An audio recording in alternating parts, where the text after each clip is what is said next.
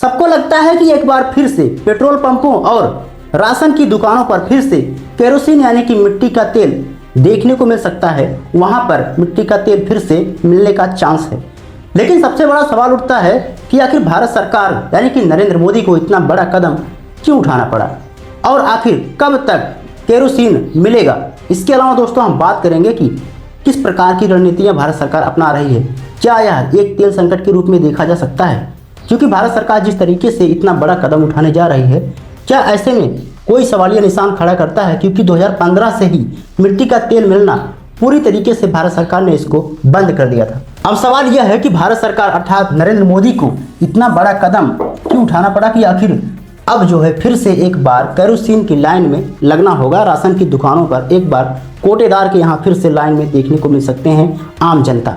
इसके अलावा मोदी जी ने यह कहा है कि एक बार फिर से पेट्रोल पंपों पर केरोसिन जो है जनता के लिए उपलब्ध कराया जाए, और यह भारत सरकार की एक मजबूरी के रूप में देखा जा रहा है, क्योंकि ईरान और इजराइल के बीच जिस प्रकार से जंग तेजी से जारी है, ऐसे में तेल संकट के रूप में देखा जा रहा है इसको। ऐसे में जब गैस की किल्लतें बढ़ रही हैं तो भारत सरकार एक ऑप्शन के रूप में इसे ला रही है। एक बार फिर से मिट्टी का तेल देखने को मिल सकता है आपको।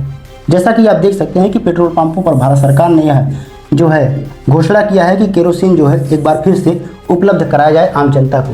कहने का मतलब ये है कि एक बार फिर से 2015 की तरह आपको इस प्रकार के डिब्बों की लाइन जो है लगानी पड़ेगी, खासकर केरोसिन अगर आपको लेना है, अगर आपको खाना बनाना है, अगर आपके पास गैस सिलेंडर मौजूद नहीं है, अगर आपके पास गैस सिलेंडर की आपूर्ति नहीं हो पा रही, अगर आप तक सरकार गैस सिलेंडर नहीं पहुंचा पा रही है, तो आपको केरोसिन लेना आपकी मजबूरी बन जाएगा। बहरहाल दोस्तों, आइए अब देखते हैं कि आखिर और क्या क्या दावे किए जा रहे हैं। जैसा कि आप देख सकते हैं कि आखिर किस प्रकार से भारत अपनी तेल जरूरतों का लगभग 30 से 37% हिस्सा रूस से खरीदता था, वहीं गल्फ कंट्रीज से लगभग 50 से 55% खरीदता था। इसके अलावा दूसरी कंट्रीज से जो है 10 से 15% खरीदता था।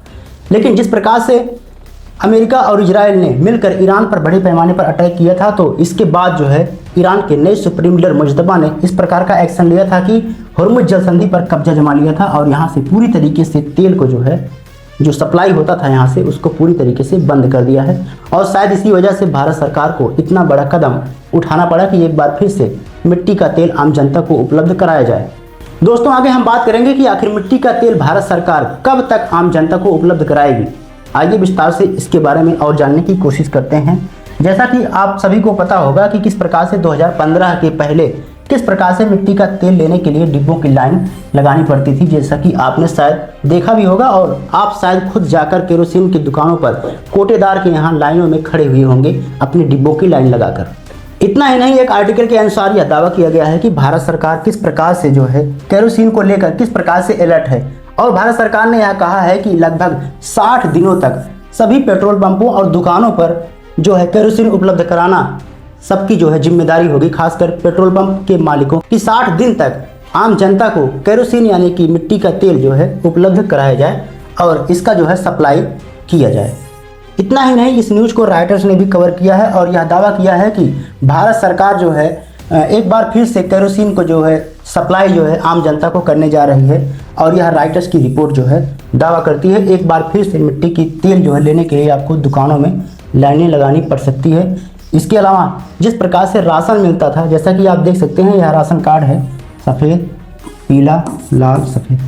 तो इसके अलावा आप एक बार फिर से राशन की दुकानों पर राशन कार्ड लेकर फिर से केरोसिन लेने के लिए लाइनों में लग सकते। इसके अलावा दोस्तों, भारत सरकार ने यह भी दावा किया है कि इस बात में सच्चाई है कि भारत पर भी असर देखने को मिल रहा है।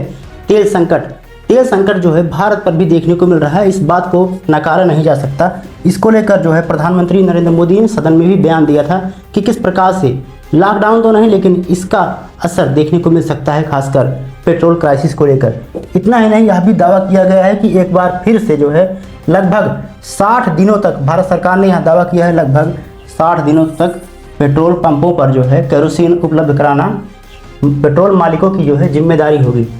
लेकिन दोस्तों, इस बात को लेकर कांग्रेस के नेता अर्थात राहुल गांधी ने एक बहुत ही बड़ा बयान जारी किया है और कहा है कि अगर सरकार के पास पर्याप्त मात्रा में गैस उपलब्ध है तो आखिर गैस की कीमतें 65 रुपये क्यों बढ़ाई गई हैं। और ये बात सच भी है कि आखिर भारत सरकार को इतना बड़ा कदम क्यों उठाना पड़ा। क्यों आखिर गैस की कीमतें बढ़ाना पड़ा सरकार को, जब भारत में पर्याप्त मात्रा में गैस और पेट्रोल जैसे डीजल के स्टॉक पूरी तरीके से मौजूद हैं। तो भारत सरकार की क्या मजबूरी थी कि आखिर 65 रुपये जो है प्रति सिलेंडर जो है बढ़ाना पड़ा सरकार को।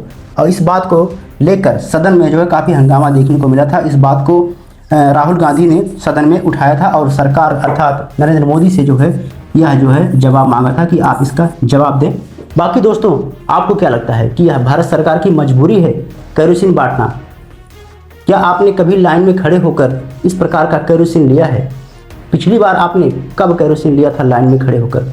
कमेंट बॉक्स में जरूर अपनी राय दें। मिलते हैं अगली वीडियो में, तब तक के लिए जय हिंद, जय भारत।